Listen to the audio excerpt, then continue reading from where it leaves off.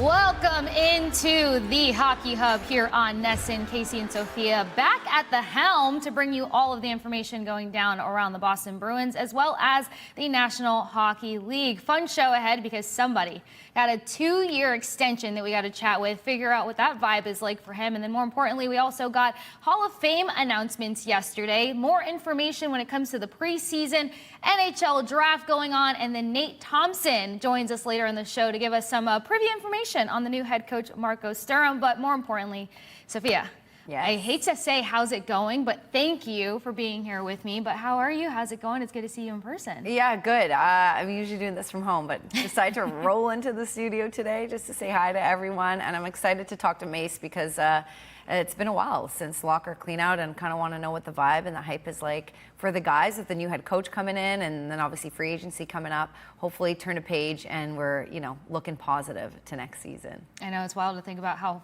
long ago April was and we're on the cusp of July, but we're at that time of the season where it feels like it's going to be kind of slow and strange and then things are actually ramping up. So a lot to look forward to. And then also you talked with Char, actually, you did an interview a couple months ago and he's one of the biggest names when it comes to the Hall of Fame induction and that announcement yesterday.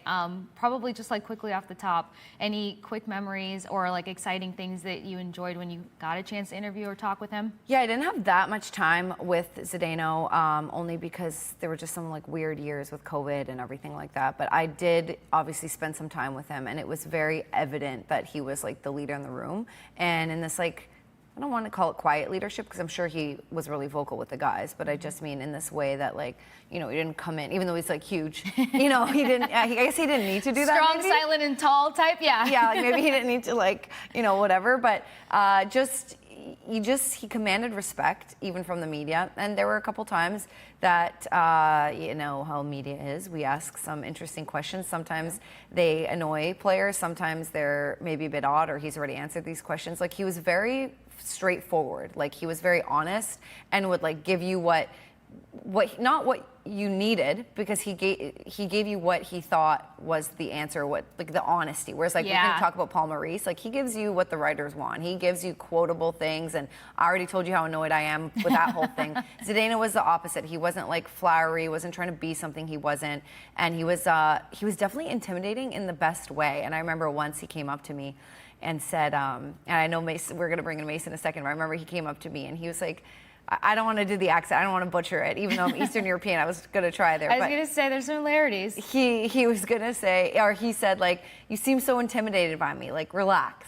It's okay. I'm not going to bite you. It's all good. Because I think I was just, tiptoeing around him a little. And he's like, you're good. You're part of this team now, too. Chill. And I'll never forget that. He went out of his way to say that. Which is we're so good. nice. Yeah. I saw him being taller than everybody at Red Sox when him and Tuukka threw out the first pitch. But somebody who's probably not as intimidating or as tall, Mason Lohrei joining us to talk about his 2-year extension. Mason, thank you for taking the time to hop on Hockey Hub with Sophia and myself. How's it going? It's going well. Here at the lake a little bit for the summer, just kind of enjoying myself right now. I was just going to ask you, where are you for the summer? You're back home? Yeah, I was home in Wisconsin for a bit, and then now I'm at the lake where I went to prep school. It's in Indiana.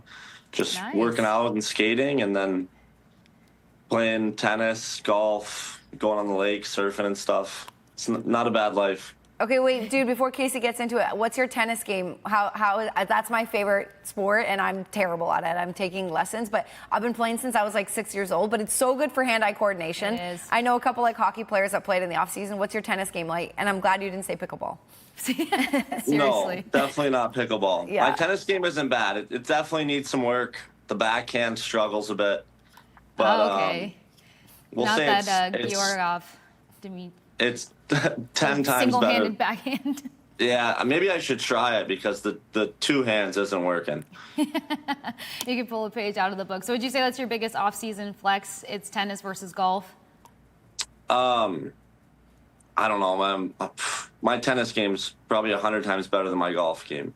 All right. Okay, I'm with you. Individualize it. I'll challenge you in September when you come back. Which, by the way, when you coming back, you come back right for preseason, or are you coming back a little early? You're going to spend most of or for training camp rather, obviously first. But you're kind of coming back right around then, or do you come back a bit early? Yeah, I'm going to be back. Actually, probably pretty soon here. I think I'm either before the 4th of July or right after, but get back into town and get back to work at Warrior. Okay, yeah, so that, I was just going to ask, because I remember Jeremy Swayman a couple seasons ago, like he'd go home to Alaska in the summer, and then he was like, you know what, I want to stay in Boston, want to kind of be in the city, and he said he felt like he had a way better summer in terms of preparation. The guys, we know your training staff, like the guys are just so good, right? The equipment you have, the guys you train with. Is that why? Do you feel like you just have the best chance to kind of take your game to the next level, to be back with at Warrior with the Boston crew? I think definitely, yeah. I mean, it's, first of all, such an amazing place to spend your summer. Such a great city. And then on the hockey side of things, just to be able to be at the rink every day and be around, I mean, the amazing staff that we have. And then obviously, you know, great players, both that I get to play with in Boston, and then guys that are just from around Boston that come back for the summer. It is really a great spot to be, and to be able to, you know, be there and have all the resources kind of right there at my demand. You know, there's nowhere else like it. Sweet. Absolutely. Well, it's good that it's a great spot to be in, because we get to keep you for about 2 years. So how does it feel to get that extension? And more importantly, what kind of confidence does it give you to get that extension as the Bruins are entering this new era and the new head coach and everything moving forward? Yeah, I mean, unbelievable. I think it starts with the quality of people that we have within the organization, from, you know, training staff, strength coaches, all my teammates, amazing fans and stuff. I couldn't be more excited to be a Bruin for the next 2 years. And I'm happy, you know, to have something done. What was your reaction? Okay, so Marco Sturm, obviously you're way younger, so you wouldn't have, you know, had experience with him, but I'm not sure if you'd ever run into him in like at a Bruins event or, you know, something outside of that. But what was your reaction? Former Bruin player, knows about the culture, knows about how important this game is to this city, and then obviously Don Sweeney felt that, even though he wasn't a head coach in the NHL, had some really good coaching experience, like leading Team Germany, what he's been able to do, great resume, but what matters now is, you know, the relationship with you guys. So what was, your reaction, and have you had a chance to, like, chit-chat with him? Yeah, obviously, great reaction. One of my good buddies that I played with in college actually, you know, had the chance to play for him last year in Ontario. And he really only had great things to say about him. So, obviously, you know, I knew what kind of player he was and stuff, but to hear those great things about him as a coach and know that he's coming in, it's just, you know, we're really excited as a group. That's awesome. Yeah, well, it's an absolute honor, obviously, to play for an Original Six team, but I've got to get your opinion here, Mason. With all the moving pieces, with the way that the NHL is kind of modernizing, is there kind of a breath of fresh air and new energy to what this team can become as the league is kind of changing? Yeah, I think, you know, you look at, especially with, you know, we have those top players with, you know, Pasta, C-Max, Sway, like that's such a great foundation, and just to build around those guys is you're always going to have a chance. So really exciting here this offseason, and I'm just trying to do my part and just work on my game the best I can and come back ready to go. And then speaking of your game, I got to pick your brain on something, because as a defenseman, having discipline can be hard sometimes, but you had the ability to be disciplined as well as efficient, only 16 penalty minutes on a team that kind of sat atop of the league with that. What's kind of that mental approach to being so disciplined as well as efficient as a defenseman? I think just trying to stay even keel no matter what goes on. Just reset every shift, and you know, play with emotion, but not get too emotional. And, you know, that's kind of where I go, try and just keep it steady throughout the game. So I have a question. Okay, so you're obviously entering this new era. You've had a couple of, you know, you've had some time with the Bees. You know, are you used to now? I've seen some of the scrums where there's like 15 guys around you, guys and girls, obviously. There's all these questions that you get answered every single day, or asked, every single day. And unfortunately, obviously, you guys didn't have the best season. So you're getting like questions about vibe and culture and negativity. Is that through your system? Because I think that's one of the hardest things when you first come into the league, especially with an Original Six, especially with the market. It's just like the noise. Is that something that you've gotten used to, the bright lights, the noise, or is it still something you feel like you got to adjust to a little bit? No, I don't think there's no other way that I'd want it. I mean, because the other end of that is, we do have the best fans in the world, and people really do care about, our team. So there's nowhere else I'd want to play, and I really do appreciate all the attention that we get, and I guess sometimes it does come with some negativity, but that's part of it, and it's all about just shrugging that off, and no matter what's going on, showing up to the rink every day and doing the best you can to perform. I love it. Mace, I think you've done an excellent job navigating the media. Obviously, I've been around the Bees for a while, but been around the league, and I just feel like your answers are great, and the scrum, you're just a natural. It's just not that easy for someone who isn't always maybe camera ready or they get intimidated, but it's something that I feel like you handle really well, which is great. What about your game? I think every single year, if we look at someone like Brad Marchand, who obviously just won a cup, he's adjusting every single year, and he's 37 and he's got this experience. So obviously, naturally, you're going to be making adjustments to your game. Where do you feel like the biggest learning curve was this season, and where do you want to take it? Yeah, I think, I don't know, I guess big things I'm trying to work on is just overall strength. Just getting stronger in all areas. Going to help with my skating and explosiveness and defending. And then working on my feet. Getting quicker feet. You can, never be too quick or too agile, especially in today's league. Guys are such great skaters, and they only keep getting better. So just to continue to work on that stuff, I think it's really going to help grow my game. And that's kind of what I'm focused on the most here. Nice. Absolutely. Well, kind of to that point, you also had to make an adjustment to having more ice time, but it just shows how much the coaches trusted you to kind of grow throughout this season. What was that adjustment like for you throughout this previous season? I think obviously with some injuries and stuff, I stepped into a bigger role. And that's where, I want to be there eventually and play that big of a role. Play a bunch of minutes, play in all situations. I think the experience from this past year is definitely a learning one. There are some positives and some negatives to it, but it's all about being able to reflect and take what I can from it and learn and just continue to improve my game so I can be that player and play those minutes really efficiently for 82 games plus the playoffs. When you're back at home right now, so you said you guys are at the lake. You're with your fam, right?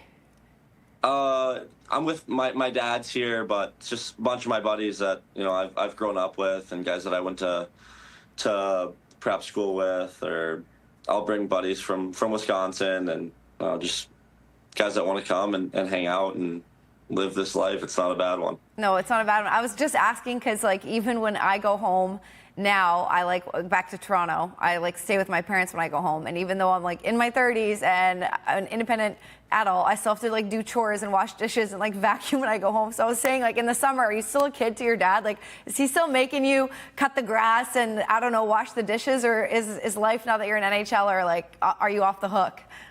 My mom's definitely more all over me about that kind of stuff, but yeah. If I'm leaving the kitchen dirty after making breakfast or lunch, my dad will definitely let me hear it. Yeah. You got to stay humble, I go home. Have to. Exactly. I go home and I'm like, hey, Mom, and she leaves a pile of dishes. She's like, you're still my kid. You're still doing all the chores. I'm like, okay, I got this. But maybe that's why you actually want to train at Warrior, to get away from the chores. Yeah, exactly. No, they got to make sure that you're keeping your Boston apartment straight, because as a 30-something-year-old adult, that's what my parents are checking in on, making sure that my stuff's clean. Mace, something else that you did that was really cool, got to play in the Worlds representing USA, and you got to play with a lot of other dynamic defensemen. What was it like kind of learning and training around those guys? Because for soccer, we love international play. We get to kind of pick up on the things that we don't train on all the time. Yeah, first of all, it was just a really cool experience to be able to go over there and do that and, wear USA on my chest for the first time. Even better to come away with the gold medal. And then in terms of just being able to play with, such great people and great players, I think, it's invaluable, that experience, just to see, how guys operate around the rink and different little stuff that, maybe you don't see during the year, but when you get to be on the ice with them, at practice and during games and stuff, and a little bit more, you pick up on some new stuff. I think one guy I really enjoyed watching, I always have, but even more now, is Zach Werenski. I mean, just how dynamic he is, and just how easy he makes the game look. It's pretty special. This season, where you guys are going into the season without a captain, Marco Sturm made it clear in his press conference. He's like, I heard great things about some of the natural-born leaders in the room, or the guys have kind of stepped up. He's like, but I don't know them. So I want to get to know them, and then I'm going to make, some decisions about where the leadership stands. One, is it weird to go in without a captain? And two, does this change anything about you? Like, I know you're very young, and I know you don't have that, 10 years of experience with the Boston Bruins, but do you feel like Pasta and Charlie and Hampus are going to kind of want to have this group leadership where everyone's involved? Maybe I'll start with number one, because I threw two big ones at you, but one, is it weird to not have a captain? I don't necessarily think so. I mean, like you said, we have a lot of natural-born leaders, and guys that have been through it and been on long runs and stuff. So I think, just like you said, with the whole group leadership mindset, kind of by committee, that's how it's always been. I mean, at least the past 2 years, and what I've heard about before, those guys are all going to lead in their own ways, but they're also going to lead together. And, we have a lot of guys that can step up at different moments and say things. So, did you ever meet Zdeno Chara? Yeah, I know Z a little bit. I talked to him. Okay, sweet. Here and there. Yeah. And what's that relationship like? You just talk to him if you run into him, or does he text you sometimes, or vice versa, or is it just more casual, or more of a mentor type leadership? Definitely. At first, it was maybe a little more casual. Maybe a little intimidated to ask him stuff, but now it's turning into definitely more of a mentorship sort of thing. Just being able to talk about the game and stuff, and his experiences, and I know he's gonna help me with a lot of stuff. So, love that. Yeah, big fan of that. Well, continuing with mentorship, there's a guy that I think is a bit of a leader in a silent way, and I have a friend that actually played with him over in Colorado. I think people at TD Garden might call him your dad, Nikita Zadorov. What are your thoughts on him and his leadership, and what he brings to this group, and have you learned anything from him, even though it's kind of different, the defenseman roles? Yeah, Z's been unreal to me. Obviously, we've gotten pretty close over last season, and I've been talking to him this summer and stuff, but definitely not afraid to speak his mind, and that's something that I appreciate. And I feel really comfortable talking to him about stuff, and I know he's gonna tell me the truth, and I don't know, it's been good so far, and I can't wait to get back with him once camp starts up.